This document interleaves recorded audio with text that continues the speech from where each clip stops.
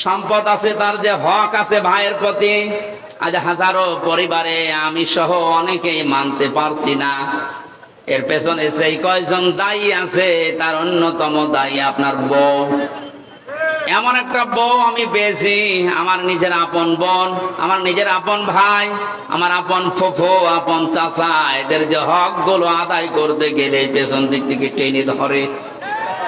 এমন বউ দেশে নেই। আর এই বউকে বারবার পেছন দরজা দিয়ে শিক্ষা দেয় ওর মা। এই জন্য মেয়েরা যারা এসেছেন, বিয়ের পরে যদি আপনি মায়ের পরামর্শ মতো বুদ্ধি মতো চলেন, বেশি দিন সংসারে টিকতে পারবেন না, দেখবেন ডিভোর্স হয়ে গেছে। কোন স্ত্রী যদি চায় যে আমার আবু জর বেশি দিন বেঁচে থাক, আমার আবু জর দুনিয়াতে বেশি দিন হায়াত পাক, তার সংসার, তার সন্তানাদি, তার সম্পদাদি, তার সম্মান দুনিয়ায় আরো বেড়ে যাক, তিরমিজি শরীফের হাদিস, আল্লাহর নবী বলেন সেই বউ যেন তার স্বামীকে বারবার বলে, স্বামী তুমি আর যাই করো, রক্তের সম্পর্ক যাদের সাথে আছে এইগুলো অটুট রাখো। কিন্তু আজ এদের কারণে এই সাবিল কোরবানটা আমরা করতে পারি না। তার মানে যে স্ত্রীর জন্য, যে স্ত্রীর মার কারণে আমার নিজের রক্তের সম্পর্ক ঠিক রাখা যায় না, ওই স্ত্রী চায় যে আমার আবু জর তাড়াতাড়ি মরি যাক। কথা বলছেন এটা? আমি সহ যারাই আছি ঝামেলায়, আল্লাহ আমাদেরকে ঝামেলা কাটিয়ে ওঠার এবং এই আয়াতের উপরে আমল করার তৌফিক দেন, বলেন আমিন। সম্মানিত মা বোনেরা,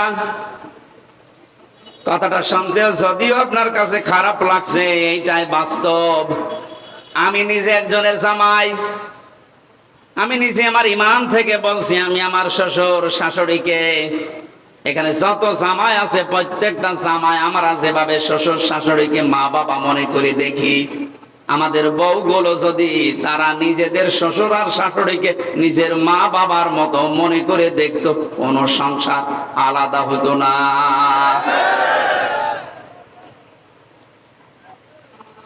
আপনার শ্বশুরের পা টিপে দেওয়া লাগবে, শাশুড়ির মাথা ধরে বসে থাকা লাগবে, পা ধরে না, আমি এটা বলছি না। আপনাকে দিয়ে আপনার স্বামী যেন আরো উদ্বুদ্ধ হয় যে আপনার সাবিল করবা, নিকট আত্মীয়র ভেতর তার মা, তার বাবা, তার বোন, তার ভাই, তাদের উপরে হক আছে 7টা। এই 7টা হক যেন আপনার স্বামী আদায় করে, আপনি আর উদ্বুদ্ধ করবেন। বাস্তবতায় আমরা দেখি আপনাদের কারণে আজ আমরা অনেকে এই হাদিসটা, এই আয়াতটা মানতে পারছি না। বিশ্বনবীর স্ত্রীর দিকে তাকান তো, খাদিজাতুল কুবরা, তিনি যখন নবুয়ত পেয়ে আসেন, ডাক দিয়ে বলেছিলেন, জাম্মিলুনি জাম্মিলুনি ইয়া খাদিজা, আমাকে ঢেকে দাও, আমি ভয় পেয়েছি। হযরতে খাদিজা ওই দিন 6টা কথা বলেছিলেন। খাদিজাতুল কুবরা ডাক দিয়ে বলেছেন, আল্লাহি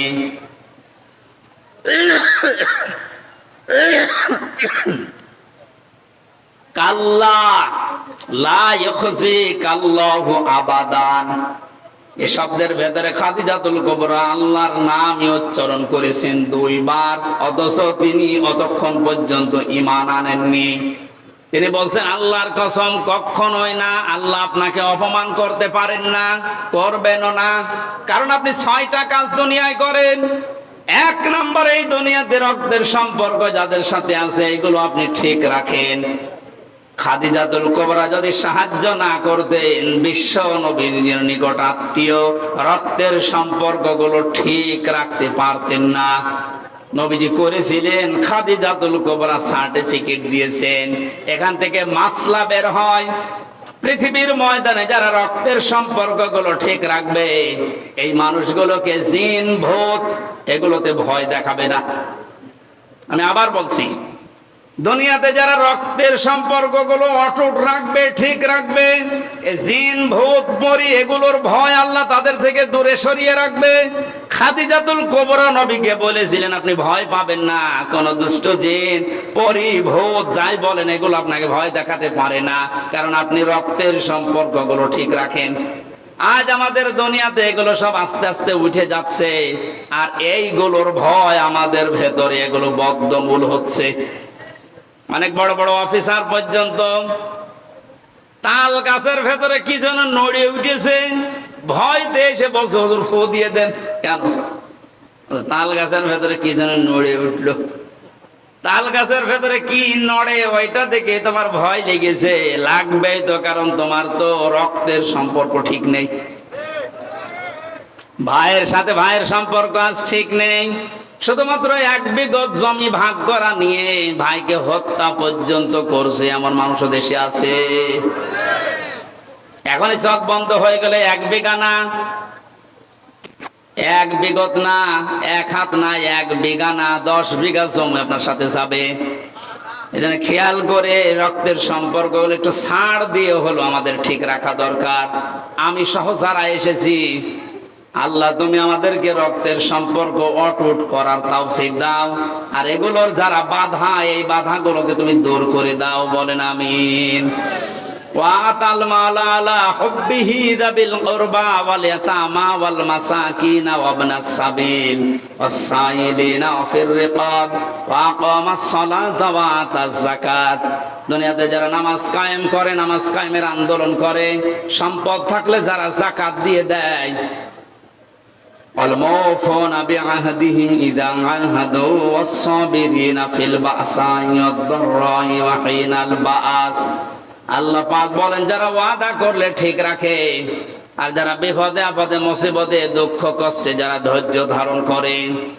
আমার তো ইমানের দৃষ্টিতে লক্ষ্য করলে দেখি এই 10টা গুণ এই বাংলাদেশে অনেকের ভেতরেই নেই।